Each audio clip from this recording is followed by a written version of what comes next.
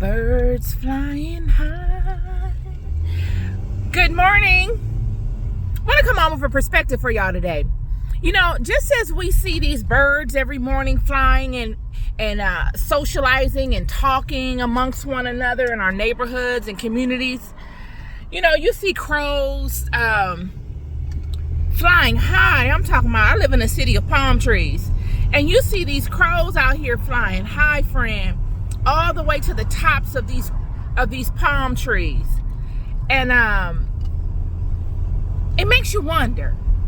You know, we know that everything we get in this life we earn, right? Nothing is given freely, at least not for me. I've had to earn and wrestle with things, friend. I really had to stand in my knowing and wrestle. You ever had to wrestle with something? I had to be just as defiant and adamant as that thing that I was wrestling with. Kind of like Jacob wrestling with the angel of God. Or with God, whatever you want to call it. Kind of like that.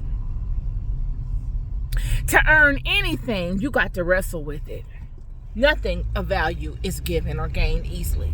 So when I look at these crows and you know, their ability to soar and to ride the wind and to sail the winds and communicate with one another, and when I look at these eagles with their keen eyes, and these hawks with their vision so clear that they could zoom in on a tiny little 2 or 3 inch mouse from, I'm talking about miles away. It makes me wonder, did they have to graduate to get such abilities? I mean, you know, are you just default born? Is there no method to what you are born into? Is there no method to the type of life you will lead? All is predestined. So is there no method prior to you being born into that life? Was there no requirement for you to adhere to any type of level of excellence or resilience, determination, or even all the above, good character, to be able to be blessed into that next thing? It made me think, and I want to offer you that perspective today as to ponder that in your comings and goings, in your idle time. You're not doing nothing, sitting at the computer or cooking something or eating lunch. Ponder that, because we are all bound to the same realities, whether we want to agree to it or not. And that's the humbling thing in this life. And if you could do what you got to do in this life now, this time, to know that you've maximized not on the acquisition of things, not on the acquisition of competing amongst men. Because if you're like me, you've been there and done that. I started off doing all that kind of stuff, and I did good at it.